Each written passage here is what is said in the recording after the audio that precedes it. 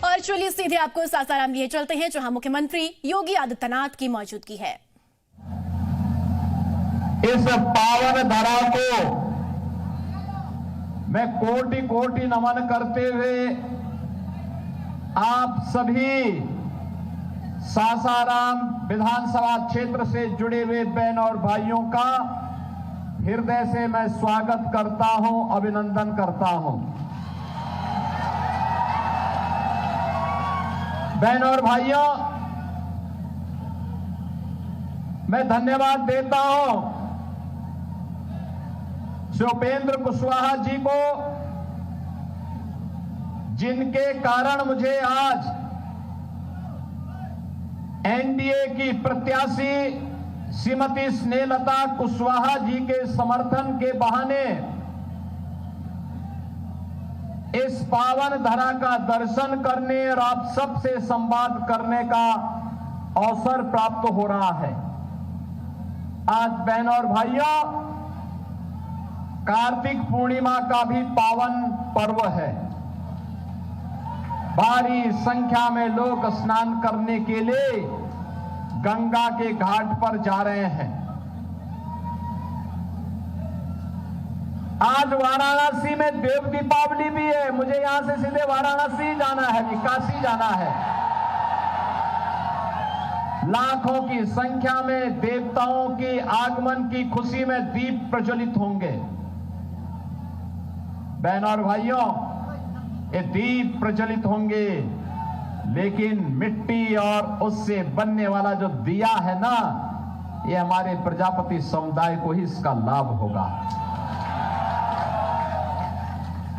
जिसमें तेल लगेगा, अन्नदाता किसान के पास उसका पैसा जाएगा। बहनों और भाइयों, भारत की सनातन धर्म की परंपरा कैसे समाज के प्रत्येक तबके को जोड़ करके उनके स्वावलंबन के लिए कार्य करती है, ये पर्व और त्योहार उसके उदाहरण हैं। हर व्यक्ति जुड़ा हुआ है, हर व्यक्ति जुड़ा हुआ है। कोई पुजारी के रूप में है तो कोई माली के रूप में है, कोई कुमार के रूप में अपनी सेवाएं दे रहा है, कोई किसी अन्य रूप में सेवा दे करके आस्था का भी सम्मान कर रहा है और रोजगार का भी सृजन कर रहा है। बहन और भाइयों, सासाराम का अपना एक गौरवशाली इतिहास है। रोहतास जनपद का अपना एक गौरवशाली इतिहास है, वैसे ही जैसे बिहार का है। बिहार, जहां मां जानकी ने जन्म लिया, बिहार जिस धरा ने भगवान बुद्ध को ज्ञान प्रदान किया, बिहार की धरा जहां पर 24वें तीर्थंकर भगवान महावीर का जन्म हुआ, यह बिहार की ही धरती है जिसने मैथिली के महान साहित्यकार विद्यापति को जन्म दिया। यह बिहार की ही धरती है जिसने मैथिली और भोजपुरी को छठ के माध्यम से वैश्विक पहचान दिलाने वाली शारदा सिन्हा, जिन्हें प्रधानमंत्री मोदी जी ने पद्म पुरस्कार से सम्मानित किया, उनकी धरा है।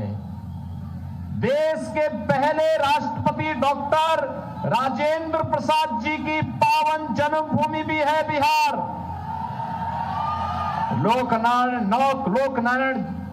लोकनायक जयप्रकाश नारायण जी और जननायक कर्पूरी ठाकुर, जिन्हें प्रधानमंत्री जी ने गत वर्ष ही भारत रत्न देकर के उनकी सेवाओं को सम्मानित किया है, ऐसी पावन धरा को कोटि कोटि नमन करते हुए मैं आप सभी का अभिनंदन करता हूं। एक गौरवशाली परंपरा के वारिस हैं आप,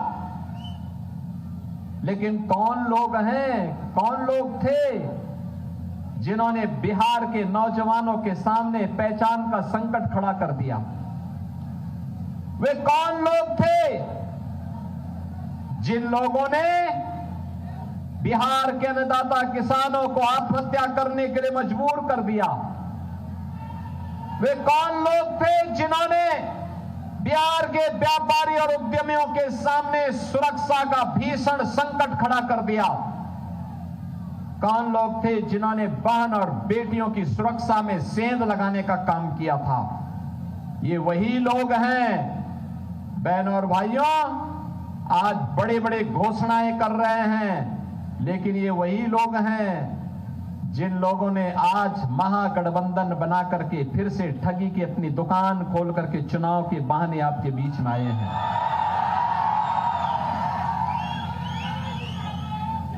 इनको फिर से आने नहीं देना है, आने नहीं देना है। बहनों और भाइयों, मैं आप सबसे इस बारे में स्पष्ट कर देना चाहता हूं, आपने पिछले 20 वर्ष में नीतीश बाबू के नेतृत्व में बिहार को आगे बढ़ते हुए सुशासन की नींव को सुदृढ़ होते हुए देखा है। आज बिहार में क्या नहीं है? रोड की कनेक्टिविटी है, रेल की कनेक्टिविटी है, मेट्रो का संचालन प्रारंभ हो गया है, एयर कनेक्टिविटी है और वाटरवे, इनलैंड वाटरवे, जल मार्ग की भी कनेक्टिविटी अब बिहार होते हुए उत्तर प्रदेश में काशी और प्रयागराज तक होने जा रही है। बहनों और भाइयों, बिहार में अब एनआईटी है, एम्स है, आईआईएम है।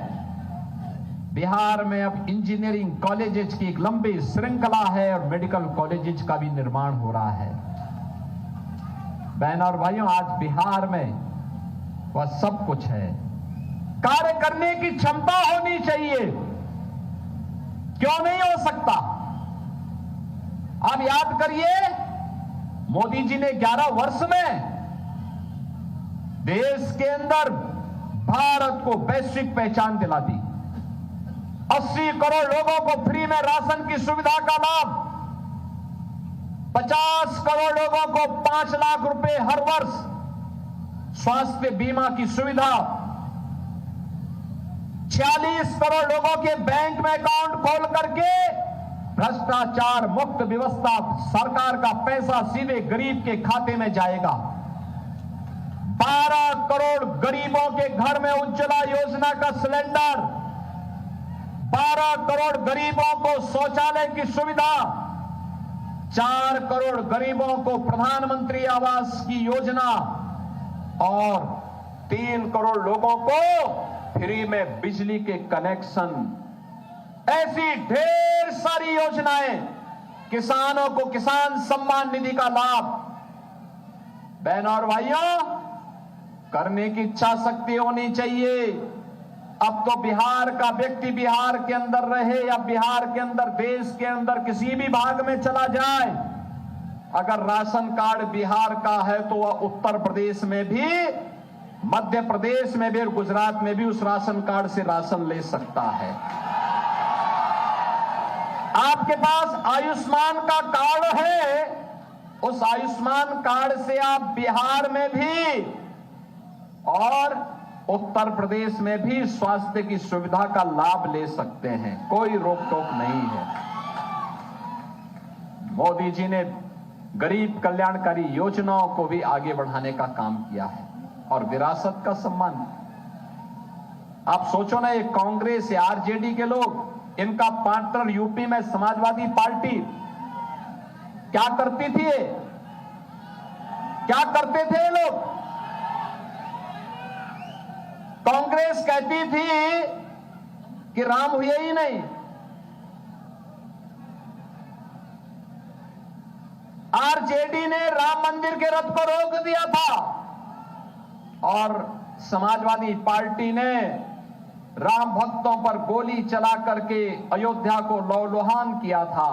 हम तब भी बोलते थे, रामलला हम आएंगे, मंदिर वहीं बनाएंगे,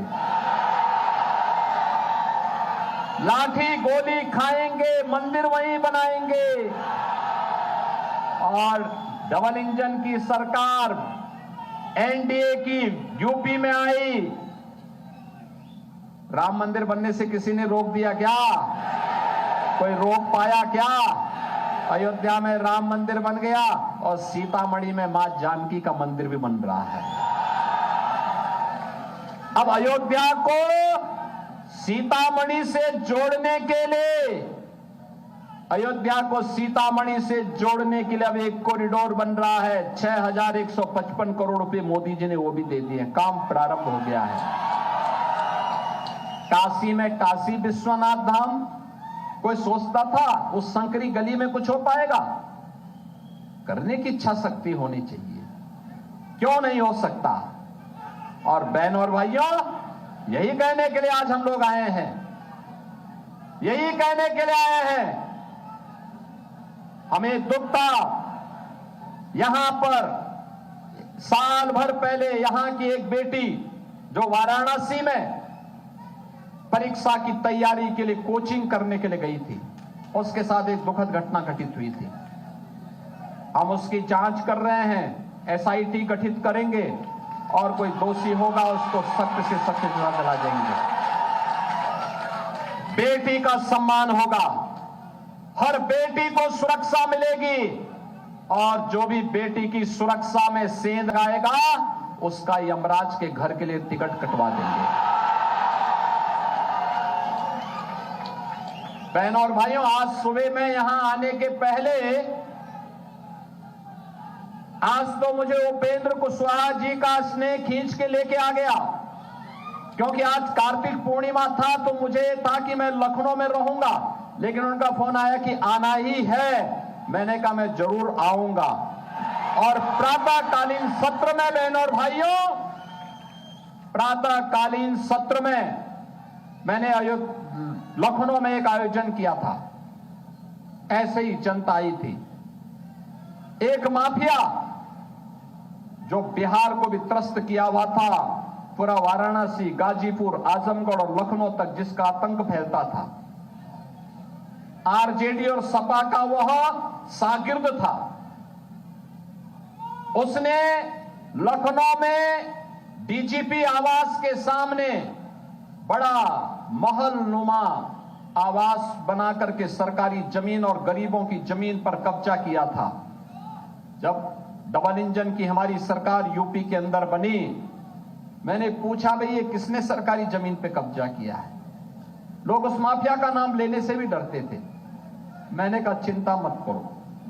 और बहनों और भाइयों, हमने जमीन कब्जा मुक्त कराई, उसकी हवेली को धराशायी करवाया और फिर वहां पर गरीबों के आवास बनाए और आज उन गरीबों को आवास उपलब्ध करवाने का काम मैंने प्रातःकालीन सत्र में किया है। सभी को आवास। बहनों और भाइयों, ये केवल एनडीए कर सकती है। बिहार के अंदर 1990 से 2005 के बीच आरजेडी ने कैसा जंगल राज लाया था। आज जो मैं गरीब कल्याणकारी योजनाओं की बात कर रहा हूं कि एनडीए की डबल इंजन की सरकार बिहार का भी विकास कर रही है और देश का उत्थान करते हुए भारत को वैश्विक महाशक्ति के रूप में स्थापित कर रही है। ये तब संभव हो पा रहा है जब मोदी जी का नेतृत्व है, बिहार में नीतीश बाबू का नेतृत्व है। 5 पांडव के रूप में बिहार के अंदर एनडीए की इस लड़ाई को आगे बढ़ाने के लिए मोदी जी के नेतृत्व में, नीतीश बाबू के नेतृत्व में, उपेंद्र कुशवाहा जी के नेतृत्व में, जीतन राम मांझी जी के नेतृत्व में और रामविलास पासवान जी के सुपुत्र उनके नेतृत्व में आज ये 5 पांडवों का मजबूत गठबंधन एनडीए के रूप में एक संकल्पित होकर के आगे बढ़ा है कि बिहार में फिर से जंगल राज नहीं आने देना है। और जंगल सुशासन की सुदृढ़ नींव पर एक मजबूत बिहार और समृद्ध बिहार के निर्माण की दिशा में आगे बढ़ना है।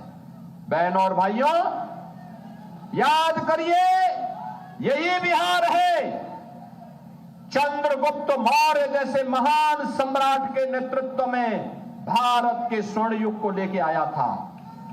चंद्रगुप्त मौर्य और चाणक्य की जोड़ी भारत को विकसित भारत के रूप में स्थापित करने में, स्वर्ण युग के स्वर्णिम बिहार के रूप में स्थापित करने की दिशा में आगे बढ़ाया था। और फिर से एनडीए का ये गठबंधन स्वर्णिम बिहार के लिए आप सबका समर्थन मांगने के लिए आई है। और इसीलिए आपसे अपील करने के लिए मैं भी आया हूं कि बहनों और भाइयों, हम तो बिहार के पड़ोसी हैं। उत्तर प्रदेश और बिहार तो एक साझी विरासत को लेकर के आगे बढ़ता है।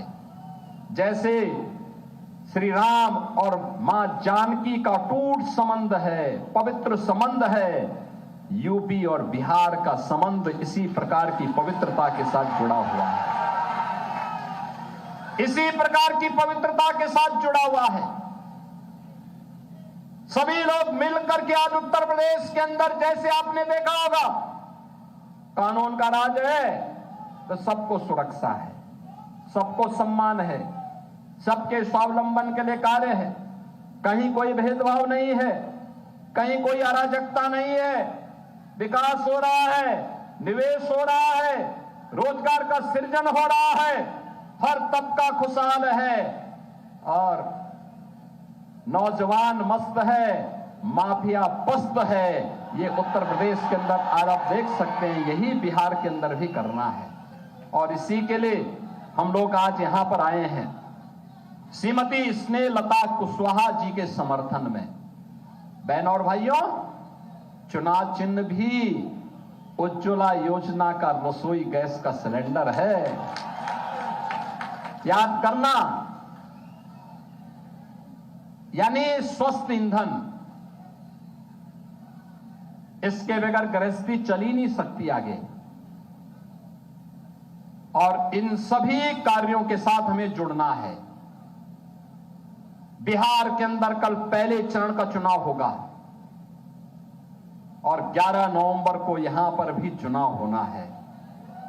श्रीमती स्नेहलता कुशवाहा जी को आप अपना आशीर्वाद और सहयोग और समर्थन देंगे ना? सभी लोग तैयार हैं ना?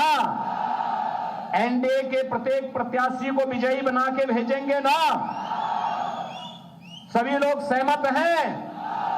सभी लोग तो मेरे साथ बोलेंगे, भारत माता की, भारत माता की, भारत माता की जय श्री राम।